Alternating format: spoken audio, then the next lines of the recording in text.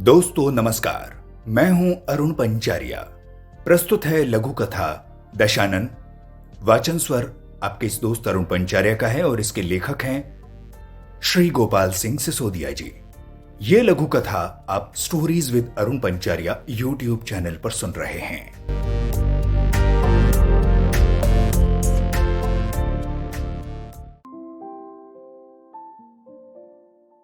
कल शाम की घटना से मन बड़ा दुखी था।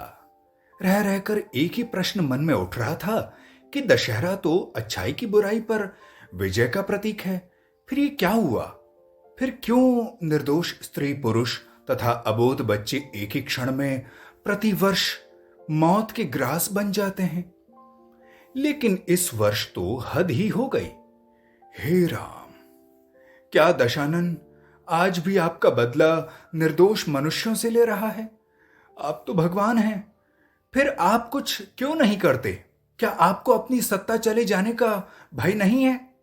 यदि दशानन को हत्या करने से नहीं रोका तो निश्चय ही एक दिन आपके प्रति लोगों की आस्था कम हो जाएगी। ऐसे ही प्रश्न मेरे हृदय में उथल पुथल मचाते रहे और मुझे नींद आ गई। मैंने देखा कि मेरे समक्ष गुस्से से लाल हुआ रावण खड़ा है और मुझे निगाहों से ही भस्म कर देने वाली 20 आंखों से घूर रहा है। मैं तो पहले ही इतने स्त्री पुरुषों की असमय हुई मौत के कारण उस पर कुपित था। अतः मैं ही बोला, तुम्हारा मन इतने लोगों की हत्या करके अभी नहीं भरा जो मुझे डराने चले आए। तुम मुझे अभी जानते नहीं हो। भले ही मैं गोला बारूद तीर तलवार नहीं चलाना जानता, मगर मैं कलम का सिपाही हूं। मैं तुम्हें आसानी से छोड़ने वाला नहीं हूं। मैं तुम्हारी कलयुग में भी जारी दुष्टता की कहानियां लिख लिख कर लोगों को बताऊंगा। तुम्हें जो लोग अभी तक विद्वान और महान कहते नहीं थकते, वे भी तुम्हें निपट और गंवार एवं हत्यारा ही कहेंगे। कह चुके या कुछ और कहना शेष है? गरजती हुई आवाज में उसने मुझसे पूछा।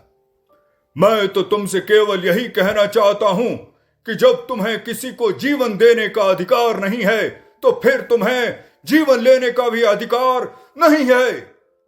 मैंने पुनः कहा, पहले तो तुम ये जान लो कि तुम दुनिया के सबसे बड़े मूर्ख व्यक्ति हो, क्योंकि तुम असलियत जानते ही नहीं हो।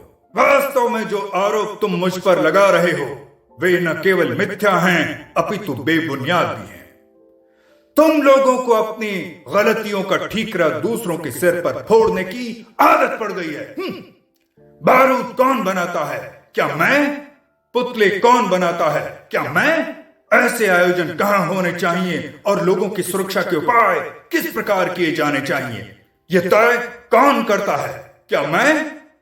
पुतलों में आग कौन लगाता है? क्या मैं प्रतिवर्ष जलाया जाता हूं, पर तुम लोगों को संतोष नहीं है। जानते हो क्यों? क्योंकि मेरे नाम पर तुम लोग खूब व्यापार कर रहे हो और मुनाफा कमा रहे हो। फिर भी मुझे तुम लोगों से कोई शिकायत नहीं, परंतु पीड़ा तो तब होती है जब तुम अपने कुकर्म मेरे सिर मरते हो। भैया लेखक, तुम ही अपने लोगों को समझा दो, क्योंकि अब